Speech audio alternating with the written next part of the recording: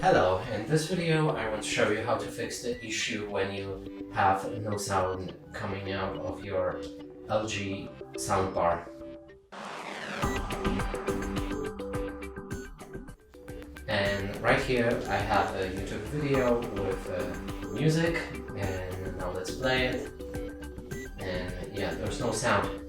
So to fix this, there might be two issues. Either you have muted the sound on your normal TV remote, so unmute, make sure that it's unmuted, or you could just mute your soundbar. So click on unmute, it's this button right here, and try resuming the sound, and as you can hear, it works fine. And that's it for this video. Hope you like it. Please consider subscribing to our channel, leave a like and a comment below.